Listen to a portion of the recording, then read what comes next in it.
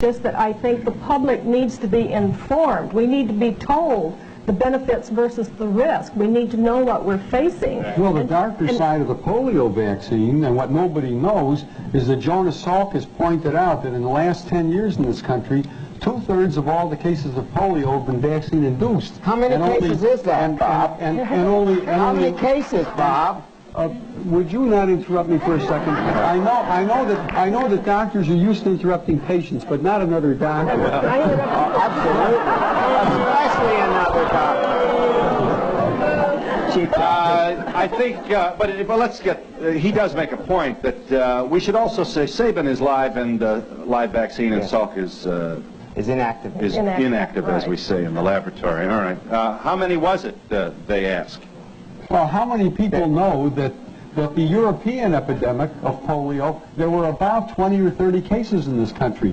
Now, of course, the American doctors will argue that the reason why polio disappeared in this country was because of the vaccine. But then why did it disappear in Europe in the 1940s and the 1950s without mass vaccination? Why doesn't it occur in the third world where only 10% of the people have ever been immunized against polio or anything else? So, in other words, we may be fighting a tiger that died.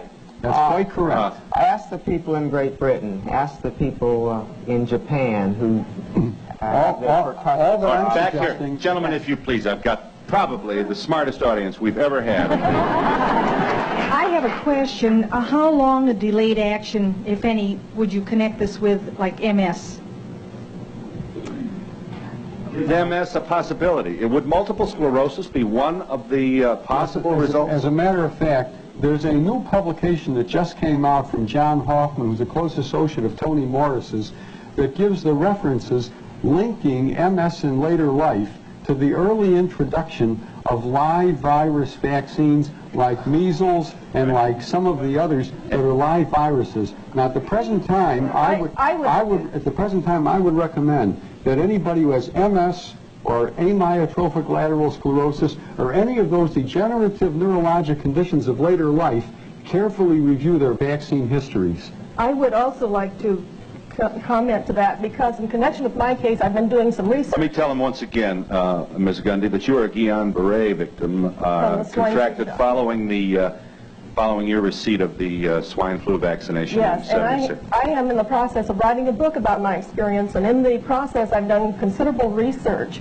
And from what I have learned, it looks as if immunizations frequently cause autoimmune diseases, not only Guillain-Barré syndrome, but lupus, rheumatoid arthritis, multiple sclerosis, and other types of things. Now, I have no data at this point. We should also say that there's a good deal of evidence suggesting that multiple sclerosis may be the result of distemper in an animal that the victim received during childhood.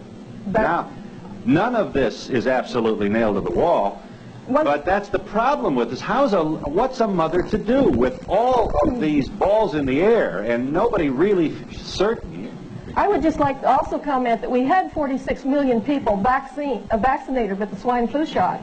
And I have written to Ralph Nader's organization. I have written to some of the government organizations trying to get them to do a survey, an ongoing survey, to see if these vaccinations do cause autoimmune diseases or what the reactions are. I can't even get a response because I'm not a doctor, I have no clout, I'm a nobody. Mrs. Grant, why were you shaking your head? Phil, it isn't only with that vaccine, it's with all vaccines. Yes. They are not interested in the adverse reactions. As a matter of fact, if I may, I'd like to invite anyone to write to me if they've had an adverse reaction. I'd like to help the government because they don't want to know, but I would like to know. I am a mother of 3 children, and I have been informed and I've read up on these things. And I chose not to vaccinate my children, but when they get to school, why is it that I have to fight for my rights as a mother and the choice I've made? Let me just quickly, we're long, but that's a very important question. Here are the states in which you either have the totally free decision about whether or not to vaccinate, or we're calling them loophole states, states where they're not going to send your child to solitary if you don't have his card, you know? All right, California.